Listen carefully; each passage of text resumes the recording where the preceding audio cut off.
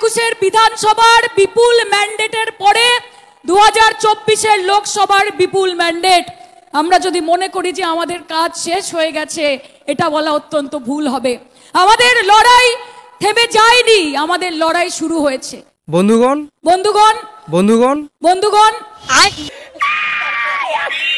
সায়নী ঘোষ ঠিকই বলছে যে তাদের লড়াইটা এইবার শুরু হয়েছে। কারণ বর্তমান সময়ে যেভাবে হেট্রেট মিলছে চতুর্দিক থেকে, তাতে করে তো লড়াই করতেই হবে। আর লড়াই যদি না করে তাহলে গদিটা সত্যি সত্যিই নড়ে যাবে। আমি কিন্তু অ্যাকশন নেবো, আমি বলে দিচ্ছি। তাই মাথায় রাখতে হবে যে মিথ্যে রটনা রটিয়ে মানুষকে বিভ্রান্ত করে এবং ধর্মের তাস খেলে বাংলা কোনোদিন জয় করা যাবে না। সায়নী ঘোষ কোনটাকে মিথ্যে রটনা বলছে? আরজিকর কলেজে ঘটে যাওয়া যে ধর্ষণটা, সেটা মিথ্যে ঘটনা না মিথ্যে রটনা? আর কারাই বা সাধারণ মানুষদেরকে, জনগণদেরকে বিভ্রান্ত করছে? যেখানে পুলিশ কর্তৃপক্ষের তরফ থেকে প্রথমে জানানো হয় যে এটা সুইসাইড, কিংবা হাসপাতাল কর্তৃপক্ষের তরফ থেকে এটা জানানো হয় যে এটা সুইসাইড, তাহলে কারা বিভ্রান্ত করতে চাইছে? কারা ধামাচাপা দেওয়ার চেষ্টা করছে? আর সায়নী ঘোষ এটাকে কি বলছে? যে মিথ্যে রটনা। যে মিথ্যে রটনা রটিয়ে वाह दीदी, वाह दीदी, दीदी वाह दीदी, दीदी दीदी। পশ্চিমবঙ্গ প্রত্যেকের মা এবং পশ্চিমবঙ্গের মানুষ পশ্চিমবঙ্গের মেয়ে তথা মুখ্যমন্ত্রী মমতা বন্দ্যোপাধ্যায়কেই চায়।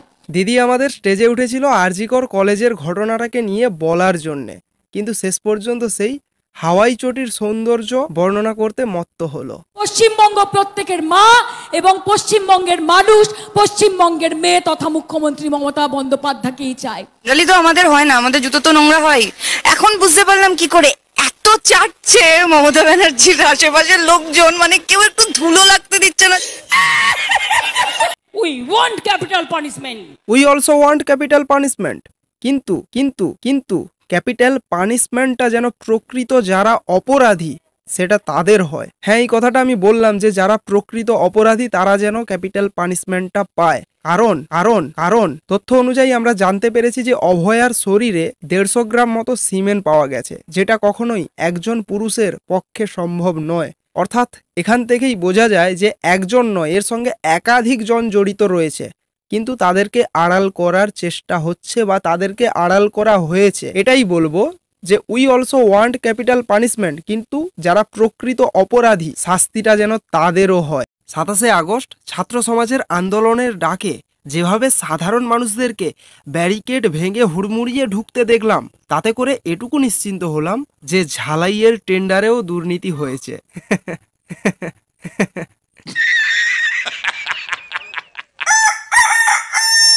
নমস্কার, আমি অভিজিৎ। আপনারা দেখছেন আমার ছোট্ট ইউটিউব চ্যানেল মেদিনীপুরের পোল্লা পোল্লা পোল্লা। এতদিন পর্যন্ত সায়নী ঘোষ আরজিকর কলেজে যে ঘটনাটা ঘটেছে, সেই ঘটনাকে কেন্দ্র করে, সেই ঘটনাকে নিয়ে এতদিন পর্যন্ত কিচ্ছু বলেনি, তার মুখ থেকে একটা কথাও বেরোয়নি, ঠিক কিনা? কিন্তু কিন্তু কিন্তু এদিনকে তৃণমূলের ছাত্র পরিষদের জন্মদিনের যে সভাটা হয়েছিল, সেই সভা থেকে সে অনেক কিছুই বলেছে। ওই দিনকে ওই সভা থেকে সায়নী ঘোষ এবং তার নেত্রী কি কি বলেছে সেইটা নিয়ে একটু কথাবার্তা বলবো। তো চলুন আজকের ভিডিওটা শুরু করা যাক। आइए देखते हैं, मजा आएगा। গতকাল একটা ঘটনা আমরা সবাই দেখলাম, কিভাবে ছাত্র সমাজের ভেগ ধরে কিছু বিজেপির বড় বড় নেতা, কিছু কুচো কুচো কর্মী, তারা সবাই রাস্তায় নেমে বাংলাকে কলুষিত করার চেষ্টা করলো। হ্যাঁ, আমাদের এই রাজ্যে যখন ছাত্ররা ধর্ষণের বিরুদ্ধে আন্দোলন বের করে, যখন ছাত্ররা ধর্ষণের বিচার চেয়ে নবান্ন অভিযান করে, তখন তাতে বাংলা কুলসিত হয়। কিন্তু কিন্তু কিন্তু যখন আমাদের এই রাজ্যে, আমাদের এই বাংলাতে বারংবার ধর্ষণের ঘটনা ঘটে, মেয়েরা যখন তাদের নিজেদের কর্মক্ষেত্রে ধর্ষিতা হয়, তখন আমাদের এই বাংলা, আমাদের এই রাজ্য কুলসিত হয় না। কি বলে? কিংবা যখন এই ধর্ষণের ঘটনাগুলোকে বলা হয় এগুলো তো খুব ছোট্ট ঘটনা, তো মহা মুশকিল ভাই। কিংবা কিংবা কিংবা যখন এই ধর্ষণের রেট ফিক্সড করা হয় 10 লক্ষ, তাতে আমাদের বাংলা কুলসিত হয় না। আমি কিন্তু অ্যাকশন নেবো, আমি বলে দিচ্ছি। তারা শান্ত বাংলাকে অশান্ত করার চেষ্টা করলো। শান্ত বাংলা? তারা শান্ত বাংলাকে অশান্ত করার চেষ্টা করলো। বাংলা কোথায় শান্ত রয়েছে? আরজিকর কলেজে ওই ধর্ষণটা যখন ঘটে, ঠিক তারপর থেকে বাংলা কি আদৌ এক ফোঁটাও শান্ত রয়েছে? তারা শান্ত বাংলাকে অশান্ত করার চেষ্টা করলো। একবার জিপটা দেখতে চাই আপনার, কতটা মোটা আর কতটা পাতলা হয়ে গেছে। একের পর এক আন্দোলন বেরোচ্ছে, ধর্ষণের বিচার চেয়ে একের পর এক আন্দোলন। বাংলা উত্তপ্ত হয়ে রয়েছে, কোথায় শান্ত হয়ে রয়েছে? আর ছাত্র সমাজ যখন এই বিচার চেয়ে আন্দোলন করলো, তখন তারা নাকি বাংলাকে কলুষিত করার চেষ্টা করেছে। বাংলাকে কলুষিত করার চেষ্টা করলো। এত চাটছে মমতা ব্যানার্জির আশেপাশের লোকজন, মানে কেউ একটু ধুলো লাগতে দিচ্ছে না। তারা শান্তিপূর্ণভাবে পুলিশকে ঢিল ছুড়লো, তারা শান্তিপূর্ণভাবে পুলিশের ওপর চড়াও হলো। বাংলার মানুষের বুঝতে বাকি নেই যে এটা একটা গভীর ষড়যন্ত্র। সায়নী ঘোষ এতদিন কোনো মুখ খোলেনি। আরজিকর কলেজের ঘটনাটা আজ কতদিন হয়ে গেল, কিন্তু কিন্তু কিন্তু একটাও কথা বলেনি আরজিকর কলেজের ওই ঘটনাকে নিয়ে। বোধহয় তার মুখটা কেউ দড়ি দিয়ে বেঁধে রেখেছিল। কিন্তু কিন্তু কিন্তু যখন ছাত্র আন্দোলনকারীদের ঘিরে ওই দিন একটা ঘটনা ওই ধরনের হলো, তখন তার মুখ দিয়ে গলগল করে কথা বেরিয়ে যাচ্ছে। আর কি বলছে? যে ওই আন্দোলনটা ছিল নাকি একটা ষড়যন্ত্র। বাংলার মানুষের বুঝতে বাকি নেই যে এটা একটা গভীর ষড়যন্ত্র। সায়নী ঘোষ ঠিকই বলেছে যে বাংলার মানুষের আর বুঝতে বাকি নেই যে এটা একটা গভীর ষড়যন্ত্র, কিন্তু ঘটনাটা আলাদা হবে। এই ঘটনার ক্ষেত্রে এই কথাটা প্রযোজ্য নয়। আসলেই কোন ঘটনাটা ষড়যন্ত্র, টোটালটা পুরোটাই ষড়যন্ত্র, একটা গভীর ষড়যন্ত্র, সেটা বাংলার মানুষ বুঝতে পেরেছে। যার কারণেই এইভাবে অপরাধীদেরকে আড়াল করার চেষ্টা করা হচ্ছে। সেই সঙ্গে বাংলার মানুষ এটা একটা গভীর ষড়যন্ত্র, এটাকে টোটালটাই ধামাচাপা দেওয়ার চেষ্টা করা চলছে। এটা বুঝতে পেরেই আজ বাংলার মানুষেরাই, সাধারণ জনগণেরাই রাস্তায় নেমেছে তার জন্যে। বন্ধুগণ, 2021-এর বিধানসভার বিপুল ম্যান্ডেটের পরে 2024-এর লোকসভার বিপুল ম্যান্ডেট।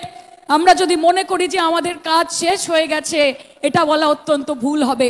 আমাদের লড়াই থেমে যায়নি, আমাদের লড়াই শুরু হয়েছে। বন্ধুগণ বন্ধুগণ বন্ধুগণ বন্ধুগণ সায়নী ঘোষ ঠিকই বলছে যে তাদের লড়াইটা এইবার শুরু হয়েছে। কারণ বর্তমান সময়ে যেভাবে হেট্রেট মিলছে চতুর্দিক থেকে, তাতে করে তো লড়াই করতেই হবে। আর লড়াই যদি না করে তাহলে গদিটা সত্যি সত্যিই নড়ে যাবে। আমি কিন্তু 190 বলে দিচ্ছি। একটা কথা যেটা না বললেই নয়, বর্তমান সময়ের এই ধর্ষণ কেসটার পরে আমার আর মনে হয় না যে আমাদের রাজ্যের মা বোনেদের আর এই 1000-1200 দিয়ে কেনা যাবে। আশা করি আমাদের রাজ্যের মা বোনেরা এই 1000-1200-তে তাদের সম্মানটা আর বেচবেন না। তাই মাথায় রাখতে হবে যে মিথ্যে রটনা রটিয়ে মানুষকে বিভ্রান্ত করে এবং ধর্মের তাস খেলে বাংলা কোনোদিন জয় করা যাবে না। সায়নী ঘোষ কোনটাকে মিথ্যে রটনা বলছে? আরজিকর কলেজে ঘটে যাওয়া যে ধর্ষণটা, সেটা মিথ্যে ঘটনা না মিথ্যে রটনা? আর কারাই বা সাধারণ মানুষদেরকে, জনগণদেরকে বিভ্রান্ত করছে? যেখানে পুলিশ কর্তৃপক্ষের তরফ থেকে প্রথমে জানানো হয় যে এটা সুইসাইড, কিংবা হাসপাতাল কর্তৃপক্ষের তরফ থেকে এটা জানানো হয় যে এটা সুইসাইড, তাহলে কারা বিভ্রান্ত করতে চাইছে? কারা ধামাচাপা দেওয়ার চেষ্টা করছে? আর সায়নী ঘোষ এটাকে কি বলছে? যে মিথ্যে রটনা। যে মিথ্যে রটনা রটিয়ে वाह दीदी, वाह दीदी, दीदी वाह दीदी, दीदी दीदी। আমি গর্ব করে বলতে পারি যে গোটা দেশে বিজেপি ধর্মের নামে যেই অশান্তি করে, যেই নোংরামি করে, এই পশ্চিমবঙ্গের মাটিতে তারা সেটা করতে পারে না। কারণ পশ্চিমবঙ্গের মাটি সকলের মাটি, পশ্চিমবঙ্গ প্রত্যেকের মা, এবং পশ্চিমবঙ্গের মানুষ পশ্চিমবঙ্গের মেয়ে তথা মুখ্যমন্ত্রী মমতা বন্দ্যোপাধ্যায়কেই চায়। দিদি আমাদের স্টেজে উঠেছিল আরজিকর কলেজের ঘটনাটাকে নিয়ে বলার জন্যে, কিন্তু শেষ পর্যন্ত সেই হাওয়াই চটির সৌন্দর্য বর্ণনা করতে মত্ত হলো। পশ্চিমবঙ্গ প্রত্যেকের মা এবং পশ্চিমবঙ্গের মানুষ পশ্চিমবঙ্গের মেয়ে তথা মুখ্যমন্ত্রী মমতা বন্দ্যোপাধ্যায়কেই চায়। গালি তো আমাদের হয় না, আমাদের জুতো তো নোংরা হয়। এখন বুঝতে পারলাম কি করে এত চাটছে মমতা ব্যানার্জির আশেপাশের লোকজন, মানে কেউ একটু ধুলো লাগতে দিচ্ছে না। মমতা বন্দ্যোপাধ্যায়ের শাড়ির সাদার সঙ্গে পাল্লা দেওয়া যাবে না, যাবে না, যাবে না। আপনারাই একটু কমেন্ট করে জানাবেন তো যে সায়নী ঘোষের এই কথাটার কতখানি সত্যতা রয়েছে। সায়নী ঘোষ বলছে যে মমতা ব্যানার্জির সাদা শাড়ির সঙ্গে তুলনা করা যাবে না। মমতা বন্দ্যোপাধ্যায়ের শাড়ির সাদার সঙ্গে পাল্লা দেওয়া যাবে না, যাবে না, যাবে না। আদৌ কি শাড়িটা এখনো সাদা রয়েছে? তাতে কি কালি এখনো ছিটোয়নি? এত কিছু হয়ে যাওয়ার পরেও এখনো কি কালি লাগেনি তাতে? রাজ্যে একের পর এক ধর্ষণ, একের পর এক দুর্নীতি আর সমস্ত কিছুকে ধামাচাপা দেওয়ার চেষ্টা, তারপরেও শাড়ি এখনো ধবধবে সাদা। মমতা বন্দ্যোপাধ্যায়ের শাড়ির সাদার সঙ্গে পাল্লা দেওয়া যাবে না, যাবে না, যাবে না। বলো জয় বাংলা। अरे तू जा रही বাই দ্য ওয়ে, সায়নী ঘোষকে নিয়ে অনেক হলো, এইবার আমরা একটু সায়নী ঘোষেদের নেত্রী মমতা ব্যানার্জি তিনি ঠিক ওই দিন স্টেজে উঠে কি কি বলেছিলেন সেইটা একটু শুনবো। মনে রাখবেন, বাংলায় যদি আগুন লাগান আসামও থেমে থাকবে না, নর্থ ইস্টও থেমে থাকবে না, উত্তর প্রদেশও থেমে থাকবে না, বিহারও থেমে থাকবে না, ঝাড়খণ্ড থেমে থাকবে না, উড়িষ্যাও থেমে থাকবে না, আর দিল্লিও থেমে থাকবে না। আপনার চেয়ারটা আমরা টলমলো করে দেবো। চেয়ার দখলের লড়াই। অর্থাৎ সায়নী ঘোষেদের নেত্রী এখানে এটাই ইঙ্গিত দিলেন যে বাংলার চেয়ারটা যদি নড়বড়ে হয়ে যায়, টলমলো হয়ে যায়, তাহলে কিন্তু তিনি দিল্লির চেয়ারটাকেও নড়বড়ে করে দেবেন, টলমল করে দেবেন। আপনার চেয়ারটা আমরা টলমলো করে দেবো। কিন্তু কয়েকদিন আগেই তো সায়নী ঘোষেদের নেত্রী বলেছিলেন যে চেয়ারের প্রতি তার কোনো মায়া নেই, তিনি ক্ষমতার জন্যে বা চেয়ার দখলের জন্যে লড়াই করেন না। আর এখন তিনি এটা বলছেন যে বাংলায় যদি কোনো পরিবর্তন হয়, অর্থাৎ বাংলায় যদি তার চেয়ারটা হাতছাড়া হয়ে যায়, তাহলে কিন্তু তিনি দিল্লির চেয়ারটাকেও নড়বড়ে টলমলো করে দেবেন। চেয়ার দখলের লড়াই, আপনার চেয়ারটা আমরা টলমলো করে দেবো। ভাই সবটাই চেয়ার দখলের লড়াই, কিন্তু বলতে হয় মানুষের ইমোশনগুলোকে নিয়ে কেবলমাত্র ভোটের রাজনীতি করার জন্য। আমি কিন্তু অ্যাকশন নেবো, আমি বলে দিচ্ছি। Country is burning. সায়নী ঘোষেদের নেত্রী বলছেন যে কান্ট্রি ইজ বার্নিং, অর্থাৎ ভারতবর্ষ জ্বলছে। ভারতবর্ষ জ্বলছে কিনা আমার ঠিক জানা নেই, কিন্তু এই মুহূর্তে বর্তমান সময়ে বাংলা যে জ্বলছে সে বিষয়ে নিশ্চিত। We want capital punishment. We also want capital punishment. কিন্তু কিন্তু কিন্তু ক্যাপিটাল পানিশমেন্টটা যেন প্রকৃত যারা অপরাধী সেটা তাদের হয়। হ্যাঁ, এই কথাটা আমি বললাম যে যারা প্রকৃত অপরাধী তারা যেন ক্যাপিটাল পানিশমেন্টটা পায়। কারণ কারণ কারণ তথ্য অনুযায়ী আমরা জানতে পেরেছি যে অভয়ার শরীরে 150 গ্রাম মতো সিমেন্ট পাওয়া গেছে, যেটা কখনোই একজন পুরুষের পক্ষে সম্ভব নয়। অর্থাৎ এখান থেকেই বোঝা যায় যে একজন নয়, এর সঙ্গে একাধিক জন জড়িত রয়েছে, কিন্তু তাদেরকে আড়াল করার চেষ্টা হচ্ছে বা তাদেরকে আড়াল করা হয়েছে। এটাই বলবো যে we also want capital punishment, কিন্তু যারা প্রকৃত অপরাধী শাস্তিটা যেন তাদেরও হয়। রামকৃষ্ণ পরমহংসদেব বলেছিলেন, একটা গোখরে সাপ তার কাছে গিয়ে বলেছিল, ঠাকুর তুমি তো আমাকে কামড়াতে বারণ করেছো, আমি কাউকে কামড়াই না, কিন্তু আমাকে অনেকে ইট মারে, আমার রক্ত পড়ে, আমার খুব কষ্ট হয়।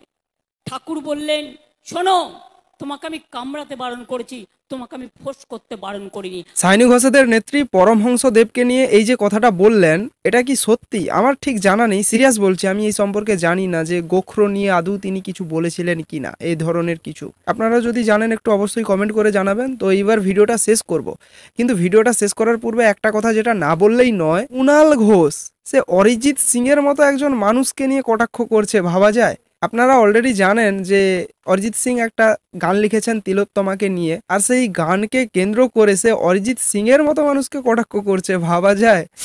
তো বাস আজকের জন্য ভিডিওটা এইটুকুই। ভিডিওটা ভালো লাগলে ভিডিওটাতে অবশ্যই একটা লাইক করো, কমেন্ট করো, চ্যানেলে নতুন হলে চ্যানেলটাকে অবশ্যই সাবস্ক্রাইব করো।